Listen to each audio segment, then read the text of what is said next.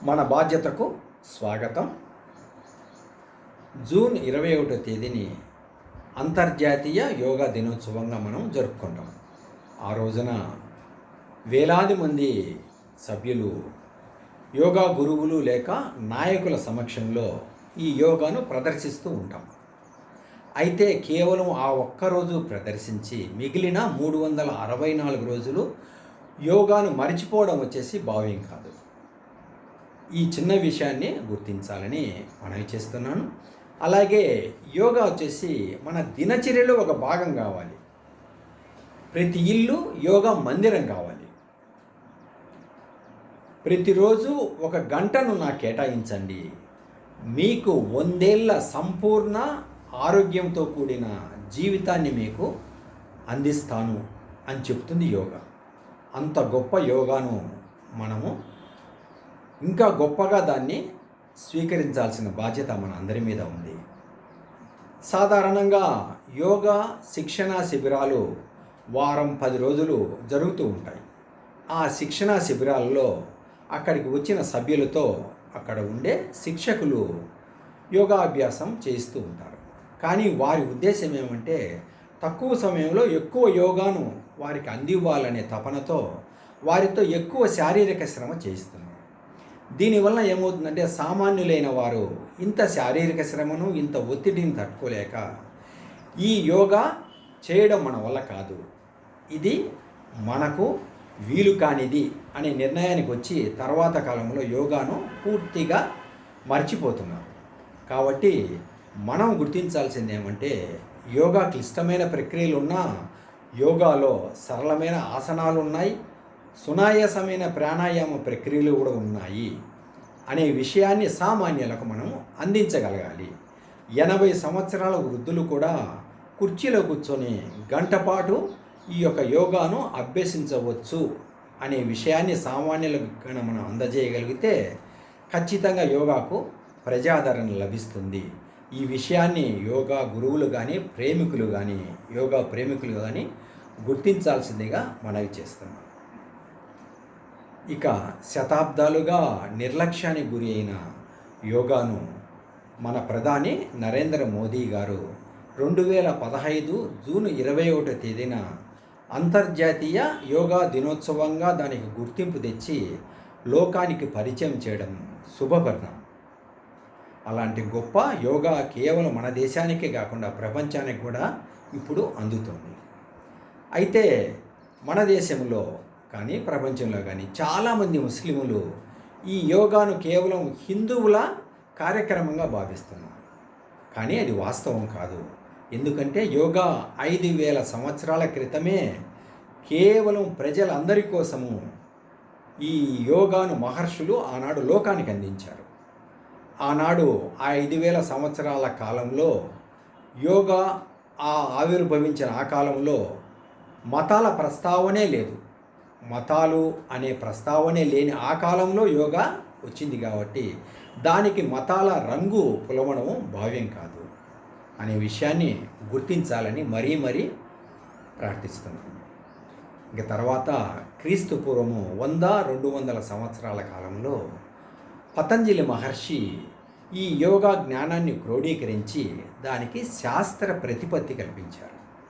ఆ పతంజలి మహర్షి తయారు చేసిన ఆ యొక్క యోగాలో ఉండే 8 మజిలీలను మీకు క్లుప్తంగా వివరించే ప్రయత్నం చేస్తాను. అందులో మొదటిది యమం. ఇది వ్యక్తి యొక్క సమాజపరమైన బాధ్యతను తెలియజేస్తుంది. శారీరక మానసిక హింసలను వదిలివేయమని చెప్తుంది. దుర్వ్యసనాలతో స్వీయ హింసకు పాల్పడవద్దు అని ప్రబోధిస్తుంది ఈ యొక్క యమం. తర్వాత వచ్చేసి నియమం. ఇది మనిషి యొక్క సమాజపరమైన బాధ్యతను తెలియజేస్తూ వ్యక్తి నిర్మాణాన్ని, నిష్కామ కర్మను కూడా తెలియజేస్తుంది. ఇక మూడవది ఆసనాలు. ఇది మనకు చాలామందికి పరిచయమే ఉంటుంది. పతంజలి మహర్షి అనేక వందల ఆసనాలను మనకు అందించారు. ఈ ఆసనాలు వచ్చేసి మనిషిని భౌతికంగా, మానసికంగా అత్యంత శక్తివంతుడిగా చేస్తాయి. అందుకు ఒక చిన్న ఉదాహరణ, మనం నిత్యము చేసే సూర్య నమస్కారాలు కూడా ఇందులో ఒక భాగమే. ఇంకా తర్వాత ప్రాణాయామం. ప్రాణాయామం అంటే స్వర్ణకారుడు బంగారాన్ని కరిగించి అందులోని మలినాలను ఎంత సులభంగా తొలగిస్తాడో, అలాగే ప్రాణాయామం ద్వారా మనము కూడా మన శరీరంలోని శారీరక మానసిక మాలిన్యాలను సంపూర్ణంగా తొలగించుకోవచ్చు అని ఈ యొక్క ప్రాణాయామం మనకు తెలియజేస్తుంది. ప్రాణాయామం అంటే శ్వాసపైన ధ్యాస, అంటే శ్వాసను నియంత్రించడం ద్వారా మనము ఈ యొక్క ఆరోగ్యాన్ని మనం సంపాదించుకోవచ్చు అని చెప్తుంది ప్రాణాయామం. దీనికి ఒక చిన్న వివరణ ఇచ్చే ప్రయత్నం చేస్తాను. ఆరోగ్యకరమైన మనిషి నిమిషానికి 16 శ్వాసలు చేస్తాడు. ఈ యొక్క శ్వాసల సంఖ్య పెరిగితే అతని ఆరోగ్యం క్షీణిస్తుంది, అతని ఆయుష్ కూడా తగ్గిపోతుంది. అందుకే మనం ఉదాహరణగా తీసుకుంటేనగా కోడి, పిల్లి, కుక్క, ఆవు వంటివి వచ్చేసి వాటి యొక్క నిమిషానికి శ్వాసలు ఎక్కువగా ఉంటాయి. అందువల్ల వాటి ఆయుష్ కూడా చాలా తక్కువ ఉంటుంది. వాటి యొక్క శ్వాసలు వచ్చేసి నిమిషానికి 25 నుంచి 40 వరకు ఉంటాయి శ్వాసలు. అందువలన వాటి యొక్క ఆయుష్ కూడా 10 నుంచి 25 సంవత్సరాల లోపే ఉంటుంది. కాబట్టి శ్వాసల సంఖ్య తగ్గించుకోగలిగితే ఆయుష్ పెరుగుతుంది. తాబేలు చూస్తే తాబేలు గురించి మనం గమనిస్తే ఇది నిమిషానికి కేవలం 4-5 శ్వాసలు మాత్రమే చేస్తుంది. అందువలన అది 300 నుండి 500 సంవత్సరాల వరకు జీవిస్తుంది. కాబట్టి ఇది శ్వాసల యొక్క గొప్పతనము, ప్రాణాయామం యొక్క గొప్పతనం. తర్వాత వచ్చేసి ప్రత్యాహారం. ప్రత్యాహారం అంటే వదిలివేయాల్సిన వాటిని వదిలివేయడం. ఉదాహరణకు అరిషడ్ వర్గాలు అంటే కామ, క్రోధ, లోభ, మోహ, మద, మాత్సర్యాలను వదిలివేయడం. ఇంకా తర్వాత వచ్చేసి ధారణ. ధారణ అంటే పట్టుకోవాల్సిన వాటిని పట్టుకోవడం. అంటే క్రమశిక్షణ, ఏకాగ్రత, సహనము ఇలాంటి వాటిని అలవర్చుకోవడం. అది ధారణ అంటే. ఇంకా తర్వాత వచ్చేసి ధ్యానం. ధ్యానం అంటేనే మనం వచ్చేసి మనలోని పరమాత్మతో మనం ఏకాంతంగా సంభాషించుకోవడమే ధ్యానంగా చెప్తారు. ఇంకా తర్వాత వచ్చేసి సమాధి స్థితి. ఇది చాలా ఉత్తమమైన స్థితి, గొప్ప స్థితి. ఉప్పుతో తయారు చేసిన బొమ్మ ఉప్పు సముద్రంలో ఎంత సులభంగా కరిగిపోతుందో అంత సునాయాసంగా మనిషి పరమాత్మలో ఐక్యము అవుతాడు అని చెప్తుంది ఈ యొక్క సమాధి స్థితి. దీనితో యోగా పరిపూర్ణమవుతుంది. ఇక ఒక చిన్న విషయాన్ని చెప్పి ముగిస్తాను.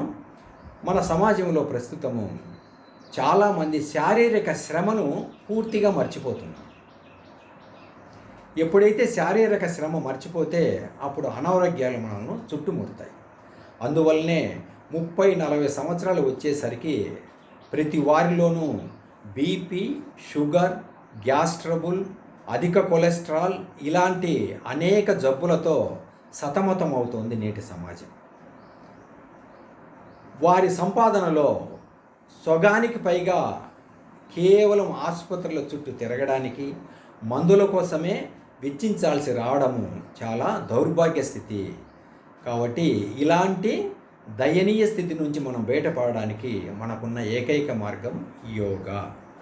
యోగాను ఎప్పుడైతే మనము నిత్యము ప్రతిరోజు క్రమం తప్పకుండా సాధన చేస్తామో అప్పుడు మనకు ఆరోగ్యకరమైన, ఆనందమయమైన, అమృతప్రాయమైన సంపూర్ణ జీవితం మనకు లభిస్తుంది. అలాంటి యోగామృతాన్ని మనం కనీసం దోసెడైనా గ్రోలి మన జీవితాలను ఆనందధామాలుగా మార్చుకుందాం. జై హింద్, నమస్తే.